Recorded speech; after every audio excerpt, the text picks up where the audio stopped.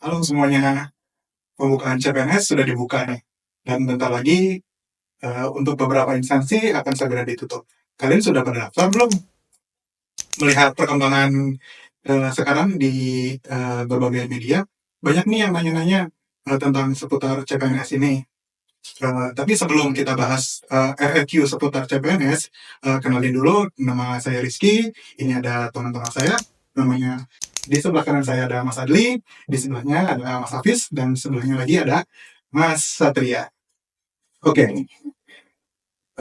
langsung aja ya, biar mempersingkat. Pertanyaan-pertanyaan yang sering ditanyakan khususnya pendaftar di Mahkamah Agung. Yang pertama nih, scan berkas persyaratan harus sendiri atau bisa harus sendiri atau komputer sih? Mungkin ada yang mau jawab? Oke, untuk yang ditanyakan itu adalah scan dokumen. Scan dokumen itu pada prinsipnya itu bisa menggunakan HP untuk melakukan scan-nya dengan aplikasi ataupun dengan alat scanner lainnya. Yang jelas itu adalah dokumen hasil scanner itu harus jelas agar dapat dibaca nantinya oleh tim verifikator, baik itu dari Mahkamah Agung ataupun dari tim BKNS seperti itu. Intinya sih yang penting bisa terbaca dengan jelas ya Mas? Iya, betul sekali. Dan yang penting itu dokumennya itu ukurannya tidak terlalu besar, sesuai dengan ketentuan yang ada di websitenya ACASIN itu. Terus pertanyaan kedua, apabila tanda tangan tidak mengenai e-materai, apakah bermasalah atau bagaimana? Ada yang besu jawab? Boleh. Jadi pada intinya itu selama e-materai tidak menutupi poin-poin pada dalam surat itu tidak apa-apa teman-teman. Jadi banyak teman-teman itu yang nanya apakah jika e-materai tidak tidak berdampingan dengan tanda tangan atau tidak kena dengan tanda tangan, apakah itu tidak boleh atau itu boleh? Itu banyak pertanyaan semasyur. Jadi kalau setahu saya dan pengalaman saya harusnya sih itu tidak apa-apa selama e-materai ini asli dan bisa dipertanggungjawabkan seperti itu. Sebenarnya prosesnya tanda tangan dulu kan ya, kalau tanda dokumen dulu, baru kita upload dan tempel bubukan materai. Ya otomatis tanda tangan dulu baru materainya. Ya benar. Kecuali kalau tanda tangan di materai yang biasa ya fisik, pasti materai dulu baru kita tanda tangan. Benar, seperti itu. Sudah jelas ya, semoga sudah jelas. Cukup jelas. Pertanyaan selanjutnya itu upload akreditasi universitas dan prodi dicampur filenya sama ijazah atau dipisah atau bagaimana? Boleh menjawab saya? Boleh. Iya, teman-teman viewer, kalau untuk prodi atau akreditasi prodi dan akreditasi universitas itu disesuaikan dengan ketentuan yang ada di web CSN-nya, karena di situ biasanya udah ada jelas tuh peruntukannya. Jika memang peruntukannya untuk akreditasi prodinya, ya hanya akreditasi prodinya saja. Kalau misalnya di situ bawahnya ada tulisan ijazah, berarti ya bisa. Contohnya ya untuk di Mahkamah Agung sendiri itu dia memisahkan antara akreditasi prodi, terus akreditasi universitas juga, lalu di bawahnya ada ijazah gitu. Nah, ada pertanyaan juga tuh di balik itu, boleh dua-duanya atau satu saja? Kalau dari setahu saya tim verifikasi itu nanti akan detailnya itu di mana yang kurang. Jika misalnya akreditasinya universitas saja, ya nggak masalah. Tapi kalau misalnya dia akreditasinya justru salah ya, misalnya dia nguploadnya itu yang ijazah menjadi akreditasi, misalnya itu salah. Yang sesuaikan aja. Tapi kalau misalnya alangkah lebih bagusnya lagi, dua-duanya aja diupload yang akreditasi universitas sama akreditasi prodi itu boleh. Tapi jangan dicampur dengan yang ketentuannya. Kalau ada ijazah, ya ijazah sendiri gitu. Jadi intinya sih uploadnya sesuai dengan kolomnya masing-masing ya. Betul sekali. Ada tempatnya masing-masing. Betul. Kolom ijazah ada tempatnya sendiri dan akreditasi ada tempatnya sendiri. Betul sekali. Tapi perlu di highlight ini untuk cum laude itu wajib dua-duanya dengan akreditasi A. Betul. Harus dua-duanya dan dengan akreditasinya. Sesuaikan dengan ketentuannya aja. Gitu ada highlightnya di situ, ada ketentuannya. Oke, mungkin semoga cukup jelas penjelasannya ya. Terus jika kualifikasi pendidikannya D3 nih atau D4 bisa nggak untuk melamar formasi dengan persyaratan kualifikasi pendidikannya S1? Oke, saya bisa bantu jawab. Untuk D4 yang mendaftarkan SKS1 sebenarnya sesuai dengan yang sudah diumumkan oleh instansi, untuk kualifikasi yang didaftarkan itu seharusnya mungkin para peserta atau teman-teman semuanya itu mengikuti ketentuan ataupun yang sudah diumumkan gitu. Ketika formasi tersebut dibuka S1, maka teman-teman D4 mungkin tidak bisa untuk masuk ke S1 tersebut karena memang ketentuannya untuk formasi tersebut di S1.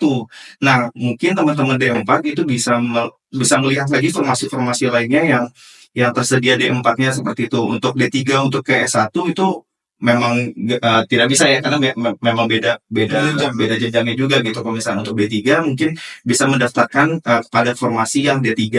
Kalau misalkan S1 itu mendaftarnya S1 gitu seperti itu. Nah, kalau misalkan D4 memang walaupun sebenarnya setara ya D4 dengan S1, tapi mungkin secara jenjang itu mungkin ada beberapa perbedaan antara D4 dan S1. Makanya mungkin teman-teman bagi teman-teman yang lulusan kuliahnya itu adalah D4 itu mungkin bisa mencari formasi yang benar-benar sesuai dengan kualifikasinya seperti itu. Jadi lebih amannya kayak gitu, lebih amannya. Lebih amannya seperti itu karena memang kalau misalkan ada beberapa contoh yang dia lulusan D4 dan daftar S1 itu akan terkendala di verifikasi ataupun di pemberkasan nantinya di BKN. Jadi mungkin teman-teman sekarang mendaftarkan tidak masalah, tapi nanti di belakang itu akan ada masalah seperti itu ketika ada perbedaan kualifikasi antara pendaftaran dengan formasi yang dituju seperti itu. Gimana kalau misalnya S1 nih daftar ke D3? Otomatis kan S1 lebih tinggi ya, hasilnya lebih tinggi dari D3. Boleh nggak sih daftarnya ke D3? Tidak boleh karena memang sebenarnya CPNS ini sesuai dengan kualifikasinya. Ketika kita punya ijazah S1, maka kita mendaftarkan S1. Tidak boleh atau tidak bisa mendaftarkan kualifikasi yang rendah di bawah level kita gitu. Misalkan kita S1 sarjana gitu, kita ingin mendaftarkan ke D3, kita tidak punya ijazah D3 seperti itu. Maka tidak bisa juga untuk masuk ke formasi tersebut gitu. Ya, karena D3-nya banyak nih formasinya, tapi yang lamar baru sedikit. Betul. Misalnya satu, bisa gimana ya? Ya, tidak bisa. Daftar bisa gak ya Allah? Tapi saya memang harus sesuai dengan formasinya seperti itu. Soalnya harus kualifikasi Berkaitan dengan pangkatnya juga kan, kayak gitu kan. Betul. Berkaitan sama pangkatnya. Oke, semoga sudah cukup menjawab. Selanjutnya, kalau S1 ilmu hukum itu, apa bisa mendaftar untuk S1 hukum ya?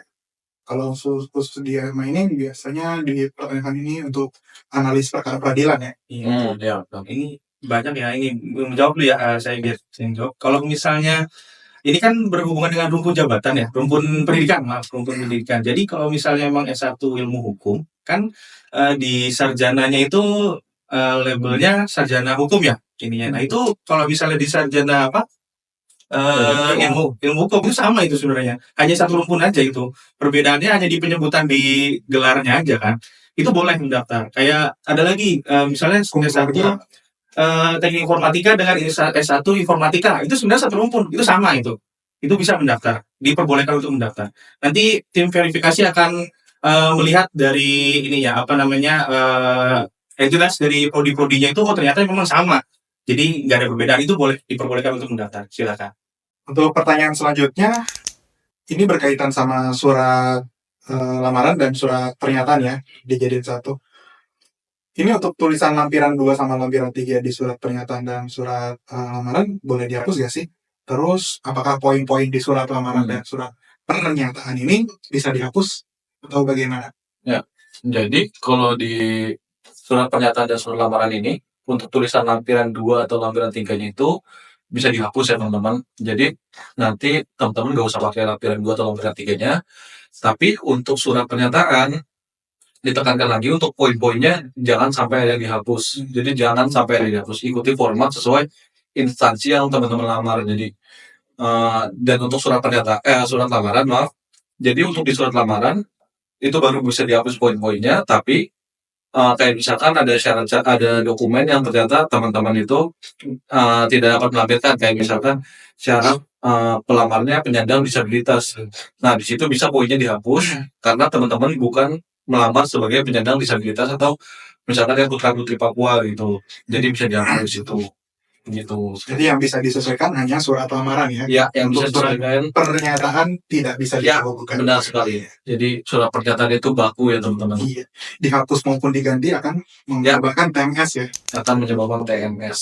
tidak Ada memenuhi juga syarat. teman-teman ada tambahan juga untuk surat pernyataan dan surat lamaran itu eh, jangan tulis tangan ya kalau untuk sekarang. Nanti itu tim verifikator akan membuat jadi TMS karena untuk kejadian yang tahun 2018 mungkin CPNS itu ada kejadian suratnya itu tulisannya tidak jelas. Nah untuk sekarang persyaratannya harus menggunakan format yang sudah disediakan di websitenya Mahkamah Agung. Ya itu bisa diakses langsung di sana. Dan kecuali ada beberapa instansi yang mungkin masih mensyaratkan tulis tangan ya, tapi kalau di Ya, instansi kami di sendiri Mahkamah Agung betul. ya Hmm. sudah dengan ketikan ya, memang Sesuaikan dengan kondisi dan instansi masing-masing Ya, ada betul. seperti itu. Instansi yang sama. Oke. Selanjutnya, apa ini? Apa yang biasanya menggugurkan dalam administrasi berkas? Banyak ya sebenarnya, maksudnya ada beberapa poin yang sebenarnya bisa menggugurkan seleksi berkas ya. Iya. Ada beberapa poin seperti ketika dia mendaftarnya tidak sesuai dengan formasinya, itu pasti sudah pasti jelas tidak Sesuai lulus. kasih Iya. diberikan ya. Nah, kemudian yang kedua itu adalah mungkin berkas-berkasnya tidak lengkap atau ada beberapa yang tidak diupload atau terupload gitu. Itu yang pastinya juga tidak akan lulus seleksi berkasnya seperti itu. Dan kemudian ada beberapa berkas mungkin yang tidak sesuai dengan formatnya. Ada mungkin contohnya surat pernyataan gitu. Ada beberapa kan di surat pernyataan itu ada beberapa poin yang seharusnya memang tertera gitu di berkas tersebut seperti itu. Nah, jika teman-teman ada menghapus salah satu poin yang ada di surat pernyataan tersebut, maka peserta tersebut itu tidak lulus atau tidak lulus, ya pasti bisa dipastikan untuk tidak lulus berkas seperti itu. Iya. Kemudian mungkin Jangan hapus ya, ganti aja. ganti, ya, betul. Ganti aja. Ganti misalkan ada 5 tahun, 10 tahun gitu kan. Nah itu pasti akan dibaca gitu oleh tim verifikator bahwa dia merubah poin tersebut seperti itu. Kemudian mungkin ada pemalsuan mungkin seperti ijazah, TOEFL gitu kan. Ya. Karena ada juga kan yang ingin memaksakan masuk ke formasi tersebut dengan menggunakan ijazah palsu ataupun TOEFL. Karena mungkin dari sistem BKN-nya juga itu pasti sudah bisa membaca apakah ijazah atau TOEFL tersebut itu palsu atau asli seperti itu. Kemudian bisa dipastikan juga ijazah dan TOEFL itu tidak fotokopi.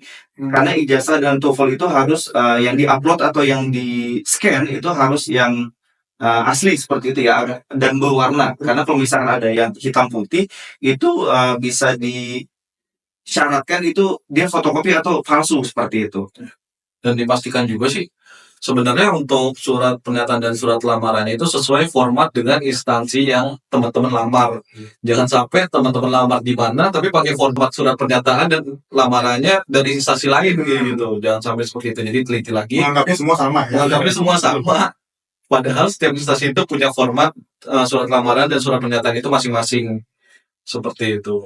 Makanya sebenarnya untuk para peserta atau yang ingin mengikuti CPNS itu seharusnya benar-benar melihat syarat dan ketentuan dan apa aja yang dibutuhkan itu di instansi yang teman-teman daftar seperti itu. Misalkan ke instansi Mahkamah Agung, instansi kami gitu. Nah, teman-teman bisa melihat di website rekrutmen.mahkamahaagung.co.id. Di situ ada syarat dan ketentuannya, semuanya sudah jelas. Jadi untuk berkas dan lain-lainnya itu sudah tertera di situ gitu ya.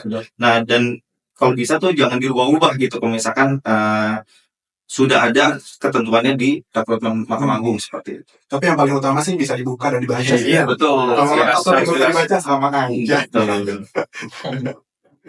Oke, sudah cukup lengkap ya ini ya penjelasannya ya. Tapi untuk TOEFL prediction bisa dipakai nggak sih buat daftar di Mahkamah Agung? TOEFL prediction itu ini salah satu ini juga ya yang baru ya di Mahkamah Agung itu menggunakan TOEFL itu hal yang baru juga.